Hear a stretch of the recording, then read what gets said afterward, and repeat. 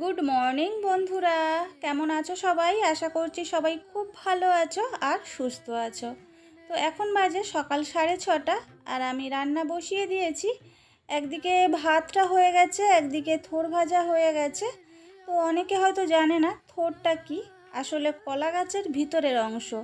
কলা হয়ে যাওয়ার পর যখন গাছটা কেটে দেওয়া হয়, ওর ভিতরের অংশটাকে বলা হয় থোড়। আর ওর থোড়ের মধ্যে না প্রচুর আয়রন আছে।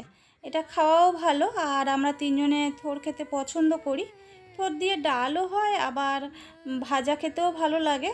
তো আমার ছেলে ভাজাটা পছন্দ করে, তাই পেঁয়াজ দিয়ে ভাজা করেছি। আর এদিকে ফ্রিজের মধ্যে চিংড়ি ছিল, চিংড়ি দিয়ে একটু ঝাল করেছি। আর তোমাদের দাদাভাইকে খাবারটা প্যাক করে দিয়ে আমি একটু ছেলেকে পড়াবো। ওর হচ্ছে পরের দিন বাংলা পরীক্ষা আছে, হাফ ইয়ারলি এক্সাম চলছে। তো ও পড়ছে, আর মাঝে মধ্যে ওকে আমি পড়া ধরছি বা কোনো কিছু বোঝানোর থাকলে বুঝিয়ে দিচ্ছি, আর সেই ফাঁকে আমি ঘরের কাজগুলো সেরে নিচ্ছি।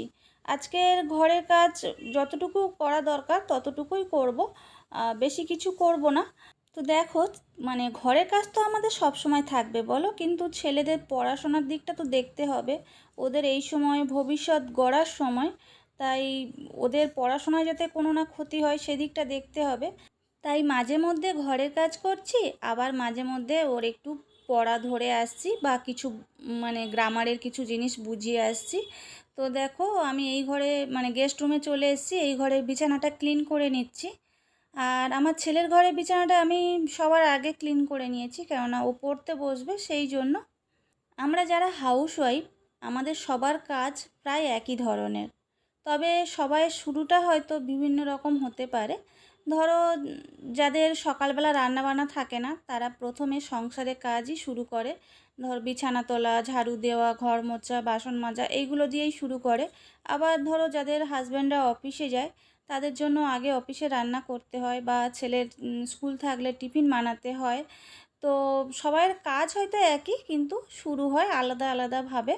আর এইদিকে দেখো, আমার যে হেল্পিং হ্যান্ড, উনি যে ঝাড়ু দেয়, মনে হয় খাটের তলা টলা ভালো করে ঝাড়ু দেয় না, কত ঝুল বেরোলো খাটের তলা থেকে। তো যে কথা বলছিলাম, হ্যাঁ, এবারে হয়তো সবাইয়ের কাজগুলো একই, শুরু হয় আলাদা আলাদাভাবে। আসলে সময় পরিস্থিতি অনুযায়ী সংসারের সমস্ত কাজ করতে হয়। এই যেমন আজকের আমার ছেলের পড়াতে হচ্ছে, তো আমি কাজটা কিন্তু সেই অনুযায়ী করছি। হয়তো আজকের কাজটা শেষ করতে অনেকটা বেলা হবে, তো ওই মাঝে মধ্যে ওকে পড়াবো, মাঝে মধ্যে কাজ করব। আসলে বাড়ির মেয়েরা যেমন মা লক্ষ্মী, তেমন মা দুর্গা। প্রয়োজন অনুসারে 10 হাতে আমরা সব কিছু সামলাই। ঘরটা হয়তো আমাকে ঝাড়ু না দিলেও চলতো, কেননা তাপসীদি আসবে খানিকটা পরে, ঝাড়ু দিয়ে দেবে। কিন্তু কি বলো তো, সকাল থেকে বাসি ঘর পড়ে থাকবে, আমি সকালবেলা না একবার একটু ঝাড়ু দিয়ে নিই। আর দেখো, তোমাদের সঙ্গে গল্প করতে করতে আমার অনেকটা কাজ এগিয়ে এসছে। তবে আমার কিচেনটা এখনও ক্লিন করা হয়নি। রান্না করেছিলাম, একটু হালকা হাতে পরিষ্কার করে নিয়েছিলাম, একটু ক্লিন করে নেব। গ্যাসটা মোছা হয়নি, বা কাউন্টার টপটাও ক্লিন করা হয়নি। তো ওই জন্য ঝাড়ু দিয়ে চলে এসেছি কিচেনটা ক্লিন করার জন্য। তো চলো, তাহলে আমি কিচেনটা ক্লিন করে নিই, তারপর আবার তোমাদের সঙ্গে কথা বলছি।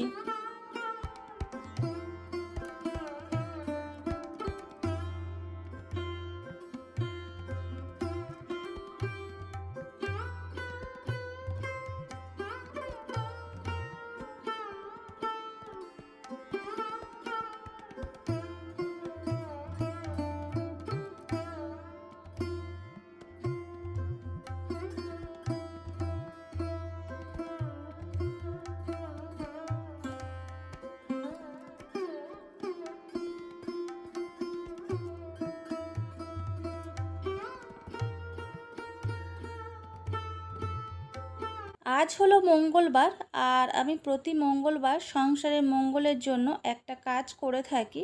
সেটা হচ্ছে, এই মঙ্গলবার করে দুধ যখন জাল দেওয়া হয়, তখন দাঁড়িয়ে থেকে দুধ ওতলানো দেখি।